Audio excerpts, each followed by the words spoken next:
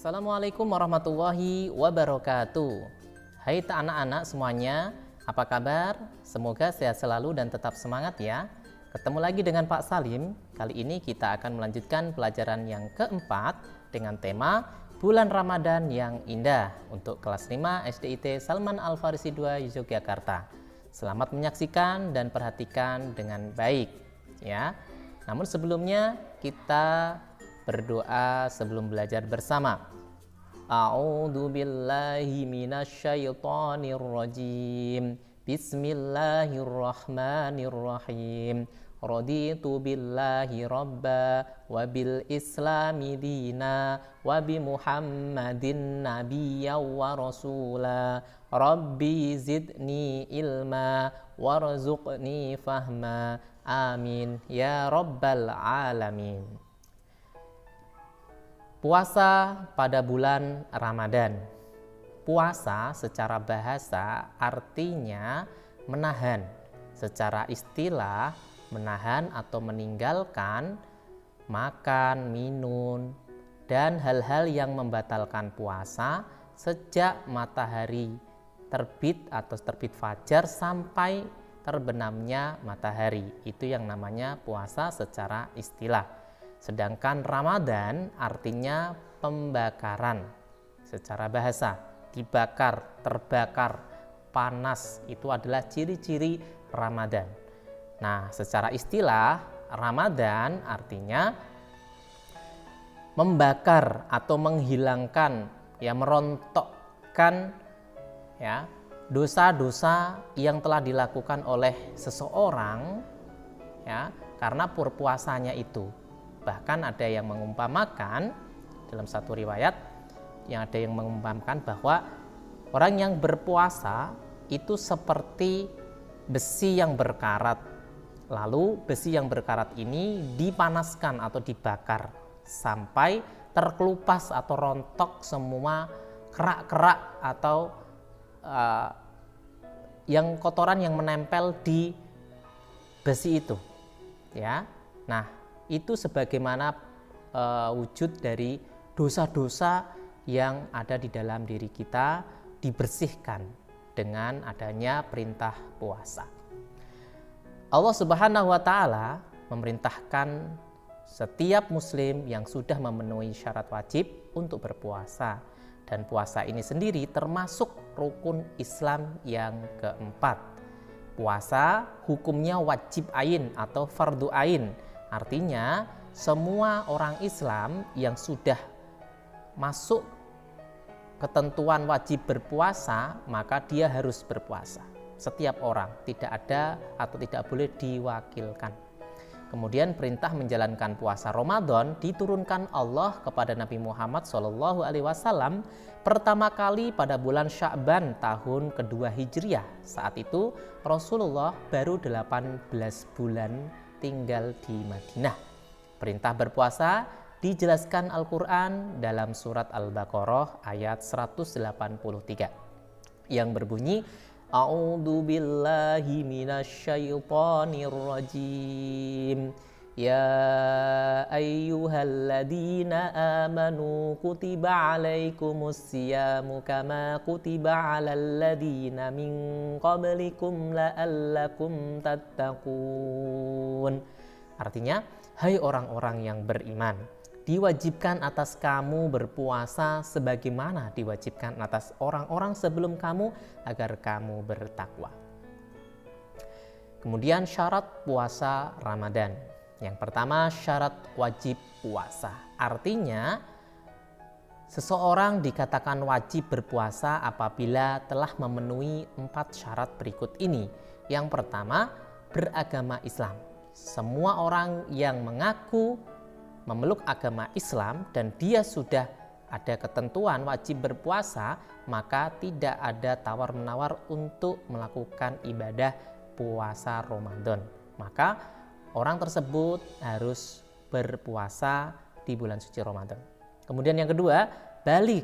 Artinya sudah cukup umur atau dewasa menurut ketentuan Islam. Kemudian yang ketiga, berakal. Artinya akalnya sehat, tidak gila.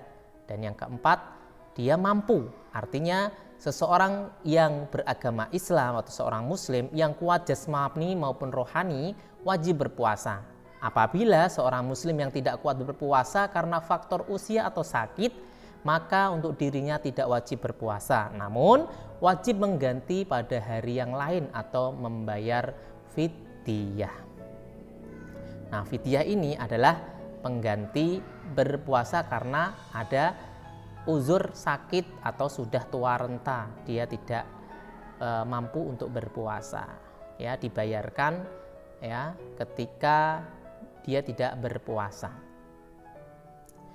Kemudian selanjutnya syarat puasa Ramadan yang kedua adalah syarat sah puasa. Apabila seseorang telah melakukan atau sudah memenuhi syarat 5 ini, maka puasanya sudah sah. Sah di sini artinya puasanya diterima oleh Allah Subhanahu wa taala. Yang pertama adalah beragama Islam, jelas. Ya, seorang Islam dia berpuasa, maka sah puasanya diterima oleh Allah. Apabila seorang non-muslim berpuasa boleh, namun tidak diterima oleh Allah Subhanahu wa taala karena dia tidak diwajibkan berpuasa. Gitu ya anak-anak ya. Kemudian yang kedua, berakal. Artinya sudah dapat bisa ya membedakan mana yang baik dan yang buruk. Ya, akalnya sehat, dia bisa membedakan mana yang baik dan yang buruk. Kemudian yang ketiga, mumayyiz atau tamyiz. Ini masih dibilang anak-anak tapi dia sudah cerdas ya. Dia dapat membedakan mana yang baik dan buruk. Ini boleh, sah. Seseorang atau anak-anak yang masuk kategori usia anak-anak dan dia bisa membedakan mana yang baik dan yang buruk, sudah bisa diterima puasanya oleh Allah. Kemudian yang keempat, suci dari hadas besar, yaitu haid dan nifas atau junub ya. Jadi ada haid, nifas ya, itu untuk perempuan, junub juga bisa perempuan bisa laki-laki ya. Kalau haid itu keluarnya darah tiap bulan bagi seorang wanita. Kemudian nifas itu darah yang keluar setelah melahirkan ya.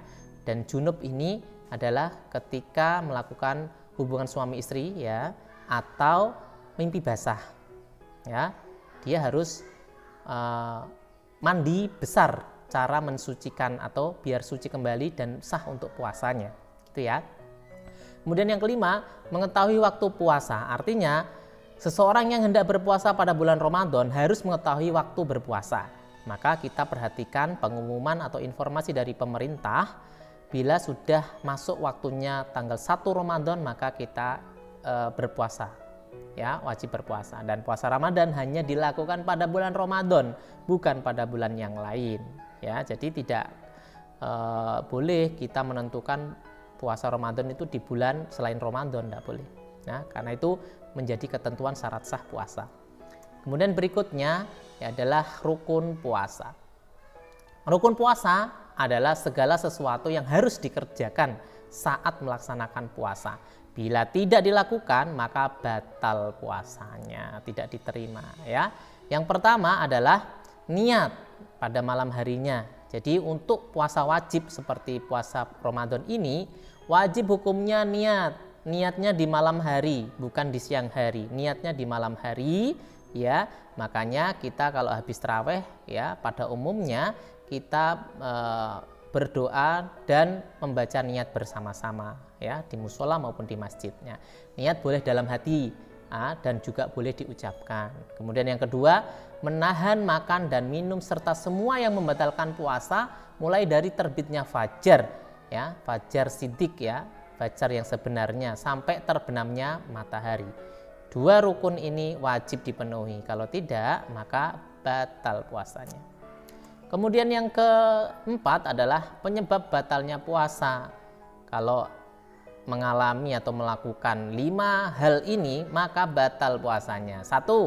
Makan dan minum dengan sengaja. Segala sesuatu memasukkan dari mulut ya, dari lubang yang kita miliki ini ya, memakan, minum ya, dan itu dilakukan sengaja ya, maka batal puasanya. Kalau tidak sengaja bagaimana?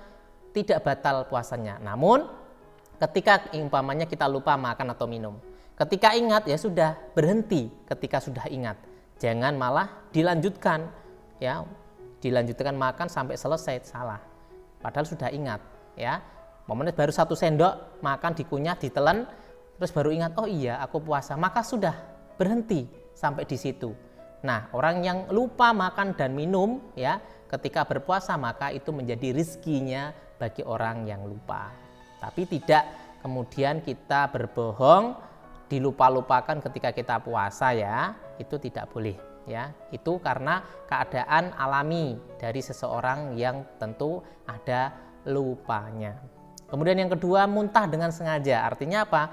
Muntah yang disengaja dibuat kita itu kepengen muntah, entah itu mulutnya itu ya dimasukin jari ya supaya bisa muntah gitu. Nah, ya, yang ketiga, mabuk atau hilang akalnya seperti pingsan, gila dan lain-lain. Kemudian yang keempat, haid atau nifas, ya jelas tadi. Kemudian yang kelima, murtad. Murtad yaitu keluar dari agama Islam. Awalnya Islam, kemudian dia berpindah agama, maka puasanya batal. Nah, yang terakhir, tindakan yang merusak pahala puasa. Nah, puasa tidak batal, tapi hilang pahalanya. Nah, tentunya kita tidak ingin ya, kita sudah lapar, dahaga, ya, ternyata tidak dapat pahala, maka kita mendapatkan kerugian yang sangat besar. Nah, kita harus antisipasi itu, supaya puasa kita itu berpahala dan tidak rusak pahalanya. Beberapa tindakan yang perlu kita pahami atau kita perhatikan ketika berpuasa supaya pahalanya tidak rusak adalah: 1, berdusta harus dijauhi, berbohong ya. Kemudian menghina seseorang nggak boleh, menghasut, memfitnah, dan perilaku tercela lain kita hindari. Apabila seseorang melakukan tindakan tercela saat berpuasa, puasanya tidak batal, namun pahalanya berkurang atau hilang sama sekali. Oleh karena itu, setiap muslim hendaknya selalu menjaga diri dari perbuatan tercela. Nah, itu anak-anak yang bisa Pak Salim sampaikan. Tugasnya untuk kalian semuanya adalah silahkan mencatat ya, mencatat poin-poin yang Pak Salim sampaikan tadi di buku tulis kamu. Tidak usah dikumpulkan. Kamu mencatat sama dengan kamu menghafalkan materi atau ilmu yang sudah diajarkan oleh Bapak Ibu guru. Ya, karena ilmu yang tidak ditulis seperti kuda liar yang tidak diikat. Jadi cepat ilmunya akan masuk dan cepat ilmunya akan hilang. Oleh sebab itu, anak-anak silakan melakukannya ya. Tidak usah dikumpulkan, cukup ditulis di buku catatan kamu. Demikian yang bisa Pak Salim sampaikan, kurang lebihnya mohon maaf. Assalamualaikum warahmatullahi wabarakatuh.